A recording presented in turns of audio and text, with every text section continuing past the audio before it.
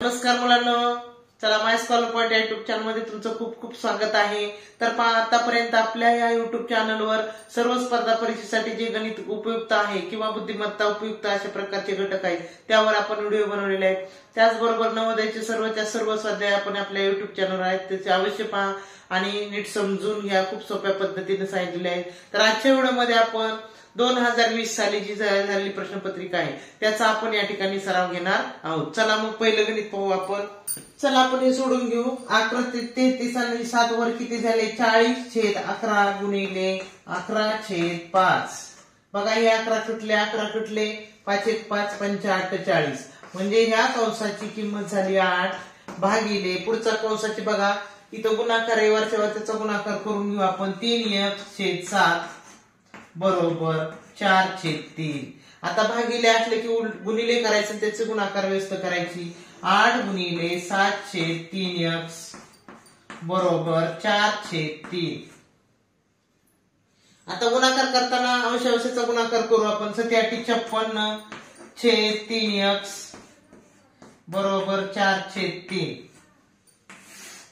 आता काय करू? 56 तसेच राहू देऊ आपण आणि भागिले 3x आहे, पुढे चालून ते काय होणार? बरोबरच्या पुढे गेल्यानंतर ते गुणिले 3x होणार, म्हणजे बरोबरच्या पुढे किती होते? 4/3 होते आणि 56 ला भागिले 3x होते, पुढे गेल्यानंतर गुणिले 3x झाले। आता ह्याचं बघा इथंच काटाकाटी होईल। 3 1 3 3 1 3 म्हणजे किती आले? 56 बरोबर 4 गुणिले x म्हणजे 4x। म्हणजेच आता इकडं पुढे बरोबरच्या पुढे x ला 4 गुणिले अलीकडे आले भागिले 4 होईल। 56 भागिले 4 बरोबर x, म्हणजे 56 जर ह्याला भागितलं तर आलं 14, x बरोबर 14। चला पुढचं उदाहरण बघा। अमितने एक टेबल रुपये 1200 ला खरेदी केले आणि दुरुस्तीसाठी 200 रुपये खर्च केले। त्याने तो टेबल 1680 ला विकले, तर त्या नफ्याची किंवा तोट्याची टक्केवारी किती होईल? तर पहा एक लक्षात घ्यायचं, एक नफ्याची किंवा तोट्याची टक्केवारी म्हणल्यानंतर पहिल्यांदा अगोदर नफा किंवा तोटा कितीचा नाही काढायचं, नंतर टक्केवारी काढायची।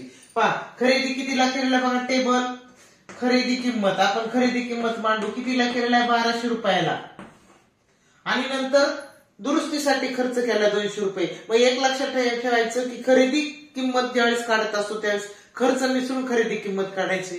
म्हणजे बघा ह्याला खर्च किती आला? 200, म्हणजे टोटल तो किती रुपयाला तो खरेदी केला? तो 1400 रुपयाला त्याने तो टेबल खरेदी केला।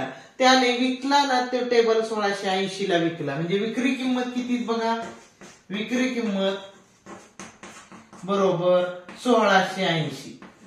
आता घेतला कितीला होता? 1400 ला, विकला कितीला? 1680 ला। मग नफा होईल का तोटा होईल? तर पहा विकलेली किंमत जास्त असेल त्यावेळेस तो नफा होतो, म्हणून नफा बरोबर विक्री किंमत वजा खरेदी किंमत। विक्री किंमत किती आहे? 1680 वजा खरेदी किंमत आहे 1400, 0.8 म्हणजे किती झाली पहा? 280 रुपये हे झाला नफा। पण आपल्याला विचारलंय शेकडा नफा किती? नफा झाला हे माहिती आहे, आता शेकडा नफा किती म्हणून आपण शेकडा नफ्याचं सूत्र काढून लिहू। शेकडा नफा बरोबर बघा 280 नफा कितीवर झालेला आहे? 1400 वर झालाय, तर मग 100 वर किती असं काढू, म्हणजेच किती? 1400 वर 280 रुपये नफा, तर 100 वर किती?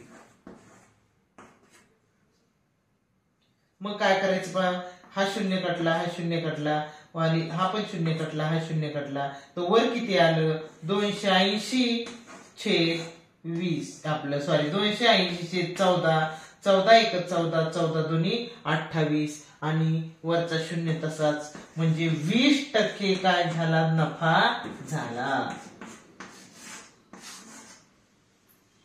चला पुढचं उदाहरण बघा। पुढील विधानाचा गोळा बेरीज परिणाम शोधून काढा, म्हणजे अशा प्रकारची पदावली दिली। गोळा बेरीज म्हणजे पूर्णांकामध्ये याचं उत्तर शोधून काढायचे। मग एक लक्षात घ्यायचं, ज्यावेळी दशांश सहाशा दिल्यानंतर ती संख्या कुठल्या पूर्णांकाला जवळ येते मांडून घ्यायचं। बघा 49.6 ही संख्या दशांशच्या पुढे 5च्या पुढे अंक गेलाय म्हणल्यानंतर ती 49 ला नाही जवळ, तर ती कुणाला जवळ आहे? 50 ला।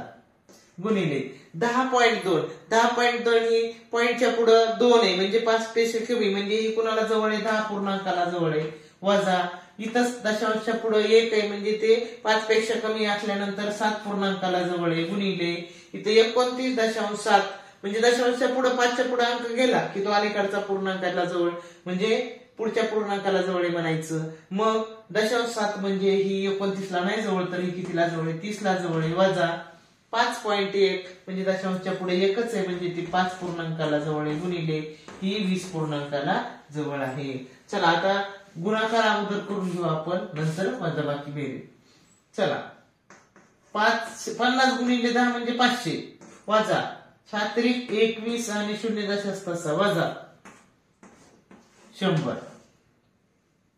500 मधून 290 गेले, 500 मधून 210 गेले, उरले 290 वजा 100 म्हणजेच आलं उत्तर 190. उदाहरण बघा, जर 15 वजा 15 भागिले 15 गुणिले 6 बरोबर x असेल तर x असेल म्हणजे x ची किंमत काढायची आपल्याला. चला सोडून घेऊ. बघा पदावलीमध्ये अगोदर भागाकार करून घेऊ म्हणजे किती आलं? इथं 15 दशांश तसं 15 ने 15 भागितलं 1 आला गुणिले पुढे 6 दशांश तसे. आता यांचा गुणाकार करू आपण. अगोदर गुणाकार करू म्हणजे 15 वजा 6 बरोबर x. बघा x म्हणजे x ची किंमत आपल्याला काढायची. 15 मधून 6 गेले, उरले 9 बरोबर x म्हणजे x ची किंमत आली 9. चला पुढचं उदाहरण बघा.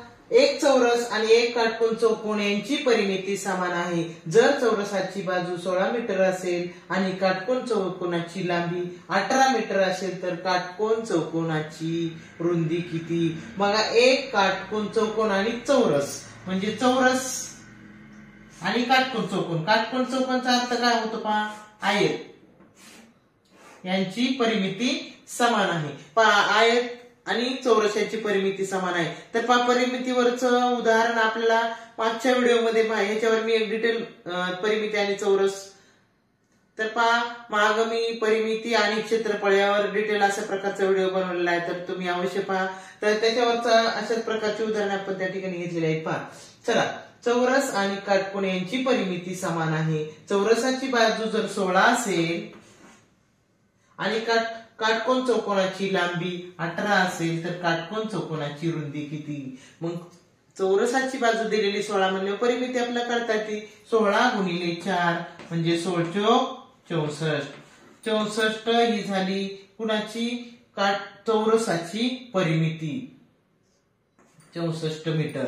आता पहा काटकोन चौकोनाची लांबी दिलेली 18. 18 ना 18 किती झाले?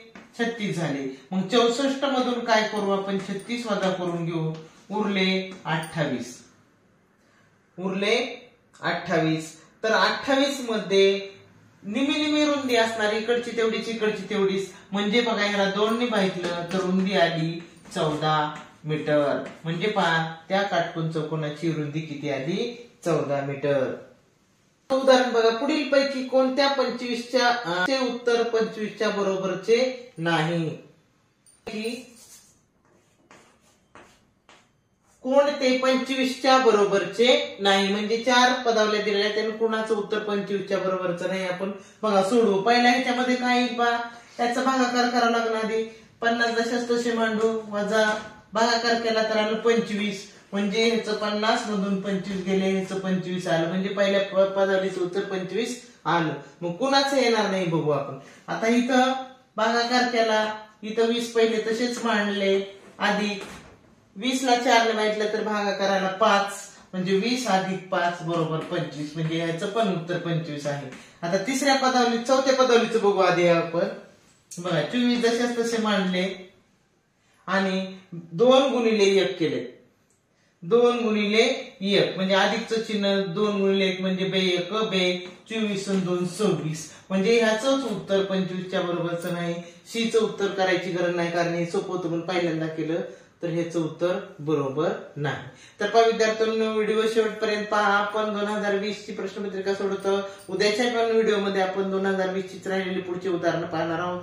शेवटपर्यंत पहा आणि इतर मित्रमैत्रिणींना सुद्धा शेअर करत चला. धन्यवाद.